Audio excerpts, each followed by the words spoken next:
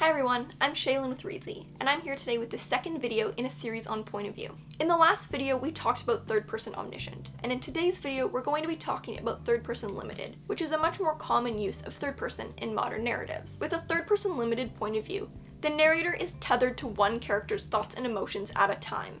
As a result, the narrator takes on the qualities of this character's voice and persona. The narrator only knows and can only show what the character knows, as the entire narrative is going to be filtered through this character's mind. Sometimes a third-person limited can be so close that it's almost the same as a first person. Some benefits of a third-person limited point of view are: third-person limited combines the cinematic quality of third-person omniscient and the intimacy of first person.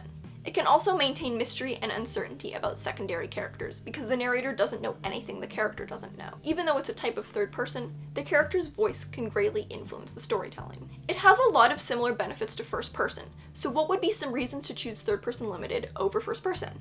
With third person limited, there is a tiny sliver of distance between narrator and character that isn't present with first person when those two are the same. For some characters, it can be really beneficial just to have that tiny piece of distance. With third person, you can also shift distance a little. Sometimes you might be really close, and in another paragraph you might be slightly more distant, whereas with first person you're always going to be extremely close to the narrator. Third person creates a different sound. The story will feel a bit grander or cinematic rather than personal or conversation-like.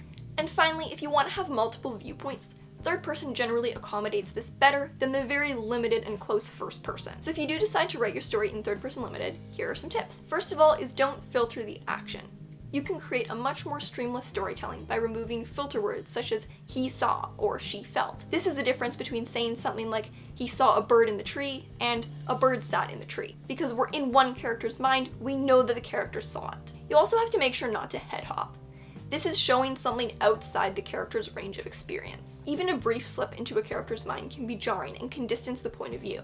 That's why it's really good to consider your psychic distance. This is how close the reader feels to the character, and with third person limited, you can have quite a range. You could have a really, really close third person, or you could have one that's quite distant that doesn't reveal a lot of thought or emotion.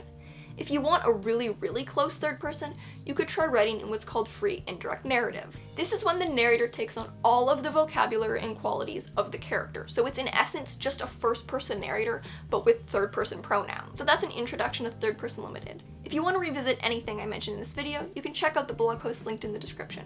And subscribe for the rest of the videos in the series and new videos every Tuesday and Friday. Thanks so much for watching. Until next time.